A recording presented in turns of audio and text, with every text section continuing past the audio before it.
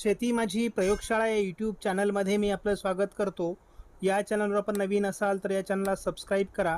या चॅनलचे नवनवीन व्हिडिओ पाहण्यासाठी बेल आयकॉन नक्की दाबा. आपणास व्हिडिओ आवडल्यास लाईक आणि शेअर अवश्य करा. नमस्कार, मी डॉक्टर मच्छिंद्र बांगर, महाराष्ट्रातील आणि देशातील हवामान परिस्थिती संदर्भात ताजा अंदाज देणारे. बंगालच्या उपसागरामध्ये खास करून ओरिसा, छत्तीसगड आणि मध्य प्रदेशच्या या भागामध्ये एक कमी दाबाचं क्षेत्र किंवा सायक्लोनिक सर्क्युलेशन आहे. हे आता पश्चिमेकडे म्हणजेच मध्य प्रदेश, उत्तर प्रदेशच्या काही भागात सरकणार आहे.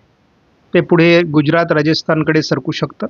परंतु जशी त्याला आता अरबी समुद्रातून बाष्पयुक्त वाऱ्यांची मदत होईल तसं हे तीव्र होण्याची शक्यता आहे आणि त्याचा फायदा महाराष्ट्राला होईल. कारण महाराष्ट्रामध्ये आता स्थानिक स्वरूपाचं मोठ्या प्रमाणात ठिकठिकाणी पावसाचं वातावरण तयार झालं आहे. काही ठिकाणी झडीच्या स्वरूपाचं, काहीतरी ड्रीमझिम, काही ठिकाणी मध्यम स्वरूपाचं, तर काही ठिकाणी जोरदार संततधार पाऊस सुरू आहे. कोकण किनारपट्टीला देखील या पावसाचं प्रमाण वाढण्याची शक्यता पुढील 48 तास आहे. त्यामुळे आपल्याला साधारणपणे आज 21 तारीख आहे, 22 आणि 23 तारखेला याचा प्रभाव महाराष्ट्रात बऱ्याच भागात दिसेल आणि हळूहळू ते महाराष्ट्रातून उत्तरेकडे सरकणार आहे. त्यामुळे मग पश्चिम महाराष्ट्राकडील पाऊस कमी होत तो उत्तरेला सरकेल, असा एक प्राथमिक अंदाज आहे. याचा फायदा उत्तर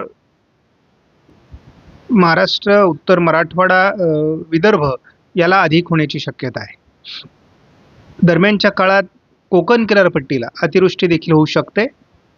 त्यामुळे 200-150 मिलीमीटर पाऊस देखील होऊ शकतो किंवा त्याहीपेक्षा जास्त पाऊस 24 तासात होऊ शकतो.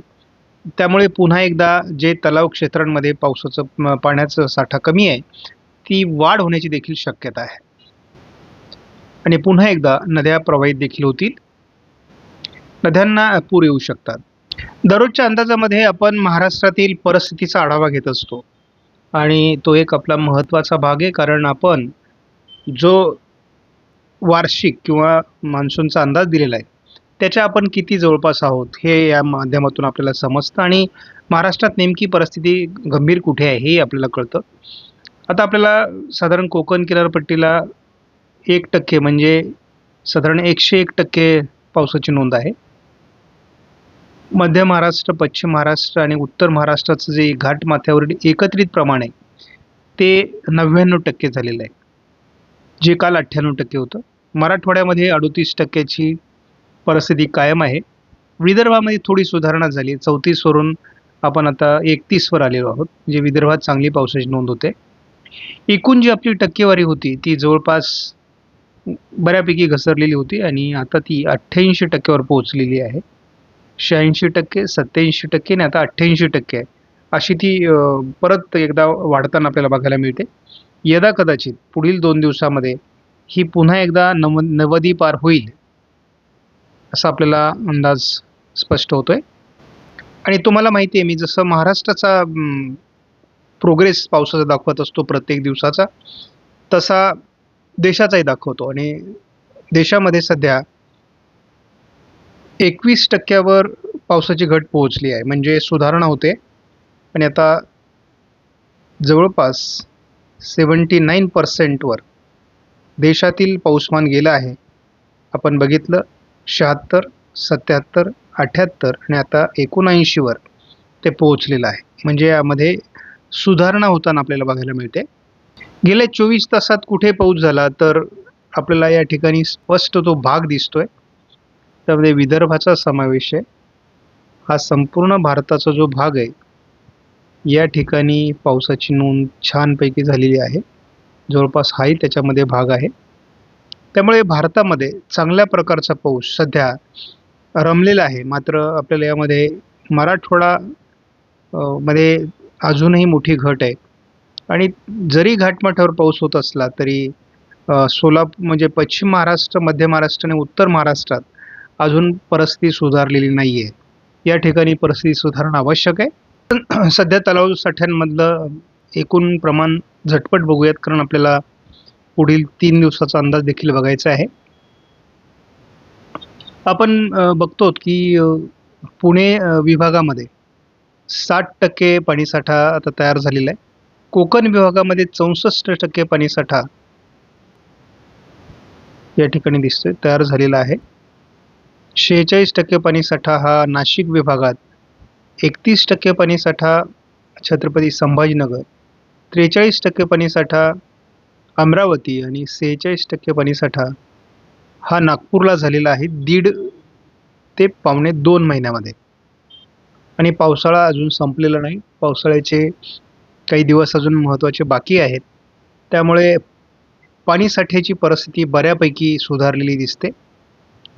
आपण मध्यम प्रकल्पामध्ये देखील कोकणमध्ये 74%, पुण्यामध्ये 56%, नाशिकला 45%, छत्रपती संभाजीनगरला केवळ 17%,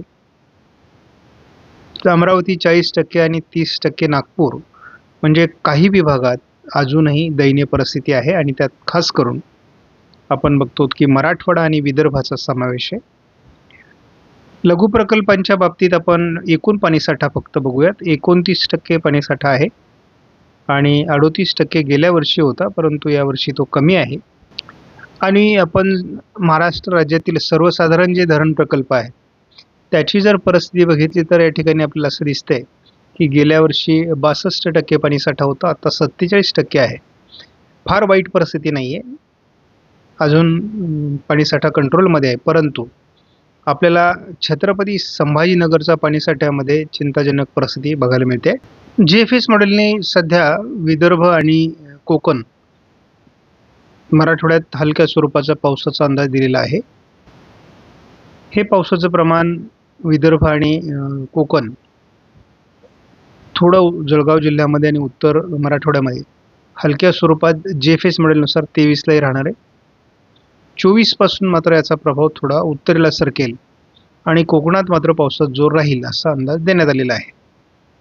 मात्र GFSच्या अंदाजावर आपण फार निर्भर नसतो. आज महाराष्ट्रामध्ये बऱ्यापैकी पावसाळी परिस्थिती निर्माण झालेली आहे आणि योगायोगाने जे काही छत्तीसगड आणि मध्य प्रदेश पूर्व भागावर किंवा अगदी ओरिसापर्यंत कमी दाबाचं क्षेत्र आहे, ती चक्राकार स्थिती एकाच ठिकाणी स्थिरावल्यामुळे अरबी समुद्रातून मोठ्या प्रमाणात बाष्प त्या बाजूने खेचलं जात आहे आणि त्यामुळे आपल्याला अतिशय चांगला अंदाज या ठिकाणी उद्या 22 तारखेला दाखवण्यात आला आहे. तर यामध्ये उत्तर महाराष्ट्रातील सर्व जिल्हे, विदर्भातील बहुतांश जिल्हे, मराठवाड्याच्या उत्तरेकडील भागात आणि अगदी नाशिकसह अहिल्यानगरचा उत्तरेकडील भाग आणि बीडमध्ये देखील पावसाचं प्रमाण वाढणार आहे. अगदी लातूर, सोलापूर, पुणे पूर्व भागात देखील हे पावसाचं प्रमाण वाढणार आहे. त्याचबरोबर मग नांदेड असेल, परभणी असेल, वाशिम, हिंगोली सर्वच म्हणजे महाराष्ट्रात जबरदस्त अशा प्रकारचं पावसाळी वातावरण उद्या अपेक्षित आहे. आणि उत्तर कोकणामध्ये म्हणजे तिथे ठाणे, पालघर किंवा नाशिक पश्चिममध्ये अतिवृष्टीची शक्यता आहे. अगदी पुणे पश्चिममध्ये देखील पावसाचं प्रमाण अधिक असू शकतं. अहिल्यानगर पश्चिमला देखील म्हणजे अकोले तालुक्यात वगैरे अतिवृष्टी होऊ शकते. 23 तारखेला हे वातावरण जरी थोडं वरती सरकलं तरी उत्तर महाराष्ट्रातील सर्व जिल्हे, अकोला, अमरावती, बुलढाणा, जळगाव, छत्रपती संभाजीनगर, जालना, वाशिम, अगदी इकडे वर्धा, यवतमाळपर्यंत, नांदेड, परभणी, बीडचा उत्तर भाग, अहिल्यानगरचा उत्तर भाग, पश्चिम भाग या ठिकाणी आणि मुंबईसह पालघर, ठाणे, पश्चिम पुणे आणि सातारा पश्चिम या भागात देखील जबरदस्त पाऊस म्हणजे नाशिक पश्चिमला देखील होण्याची शक्यता आहे. काही विभागात म्हणजे पालघर किंवा नाशिक पश्चिममध्ये अतिवृष्टीची देखील शक्यता आहे. कोकण किनारपट्टीचं पावसाचं प्रमाण, ही सिस्टम जरी उत्तरेला सरकली तरी कायम राहणार आहे 24 तारखेपर्यंत. आणि महाराष्ट्राच्या उत्तरेकडून म्हणजे उत्तर महाराष्ट्र, विदर्भाचा उत्तरेकडील भाग, पश्चिम विदर्भासहित या ठिकाणी देखील पावसाचं वातावरण चांगल्यापैकी राहणार आहे.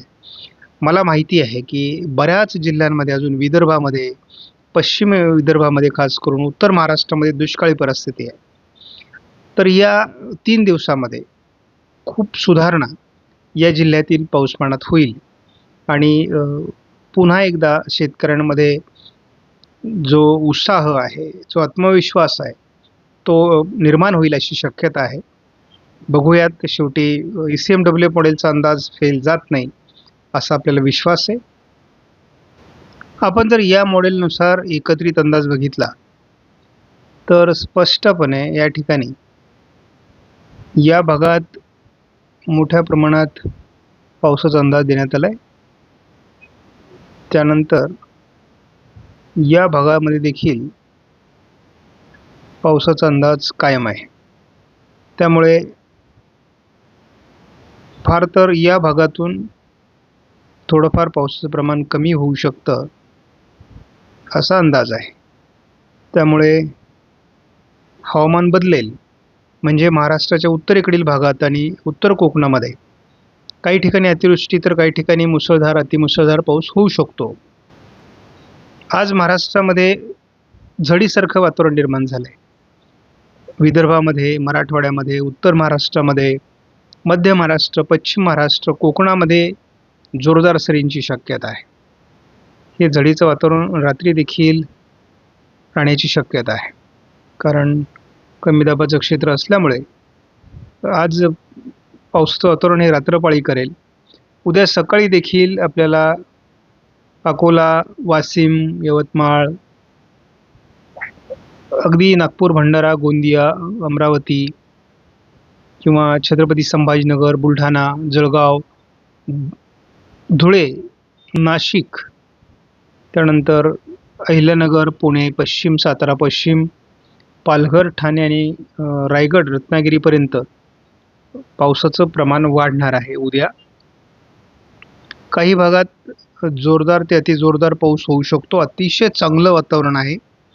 काही ठिकाणी मुसळधार पाऊस महाराष्ट्रामध्ये आपल्याला विदर्भाच्या उत्तरेकडून किंवा मराठवाड्याच्या उत्तरेकडून उत्तर कोकणामध्ये अतिवृष्टीची शक्यता काही भागामध्ये आहे. मुसळधार ते अतिमुसळधार पाऊस देखील होऊ शकतो. आपण बघतो नाशिक जिल्ह्यामध्ये याचा प्रभाव आज रात्रीच वाढेल आणि उद्या तो दिवसभर देखील असण्याची शक्यता आहे. याचा एक फायदा असा होणार आहे की आपल्याला गोदावरीला पूर जाऊ शकतो आणि जायकवाडीला पाण्याचा विसर्ग मोठ्या प्रमाणात होऊ शकतो. नाशिक जिल्ह्यातील आणि उत्तर महाराष्ट्रातील काही पाणी प्रकल्प यामध्ये मोठ्या प्रमाणात पाणी येऊ शकतं किंवा मुंबईच्या विभागामध्ये आणि पुणे विभागामध्ये देखील, नाशिक विभागामध्ये आणि छत्रपती संभाजीनगरमध्ये देखील किंवा उत्तर महाराष्ट्रातील काही विभागात याचा पाणी साठे वाढवण्यासाठी मदत होऊ शकते. आपण बघतो अगदी विदर्भामध्ये आणि उत्तर मराठवाडा या ठिकाणी याचा प्रभाव आहे. 23ला याचा प्रभाव मात्र या मॉडेलने कमी होण्याचे संकेत दिले आहे. त्यानंतर मग केवळ कोकणामध्ये पाऊस राहील. स्थानिक वातावरण मात्र 24ला देखील कायम आहे. म्हणजे जे आज स्थानिक वातावरण आहे आजपर्यंत होतं ते पुढे तुझा सातत्य ठेवून राहणार आहे. म्हणजे जरी सिस्टम निघून गेली तरी देखील स्थानिक पावसाचं वातावरण ठिकठिकाणी हलका ते मध्यम पिकांना जीवदान देणारा पाऊस हा होतच राहणार आहे. म्हणजे ढगांची सावली राहील, रिमझिम म्हणा, हलका म्हणा, मध्यम स्वरूपाचा म्हणा किंवा पावसाच्या सरी म्हणा आपल्याला होत राहणार आहेत. त्यामुळे पावसाचा लगेचच मोठा खंड वगैरे या ठिकाणी दाखवण्यात आलेला नाही, हे मात्र लक्षात घ्या. आपणास व्हिडिओमधील माहिती महत्त्वपूर्ण वाटल्यास लाईक करा, शेअर करा, चॅनलला सबस्क्राईब करा. धन्यवाद. जय हिंद, जय महाराष्ट्र, जय बळीराजा.